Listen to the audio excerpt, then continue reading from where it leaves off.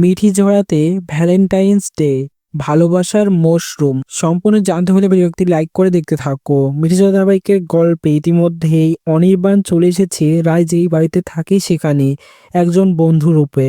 এবার যথারীতি রায় তো ভয় পেয়ে গেছে যে অনির্বাণের সামনে যাবে না, কিন্তু সেসব দিকে কি সত্যি অনির্বাণের মুখোমুখি হবে? আর অনির্বাণ তো এতটা ভালোবাসে রায়কে, রায়ও হয়তো মনে মনে ভালোবাসে, কিন্তু আর অনির্বাণের মুখোমুখি হতে চায় না। শেষ পর্যন্ত এমনটা না দেখা যায় অনির্বাণের সঙ্গে দেখা হয়ে যায় রায়ের, কিন্তু রায় আড়াল হয়ে যায়। অনির্বাণ জানতে পেরে যায় এই বাড়িতেই রায় থাকে।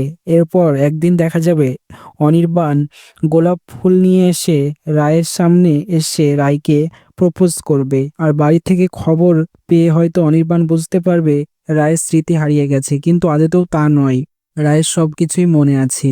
তো দেখা যাক সেসব দিকে ভালোবাসার মশরুম কোন দিকে গিয়ে দাঁড়ায় অনির্বাণ এবং রায়ের সম্পর্ক। তোমাদের কেমন লাগবে সেটা দেখতে কমেন্টসে জানিয়ে এখনই সাবস্ক্রাইব করে নাও আমাদের ইউটিউব চ্যানেল। ধন্যবাদ সবাইকে।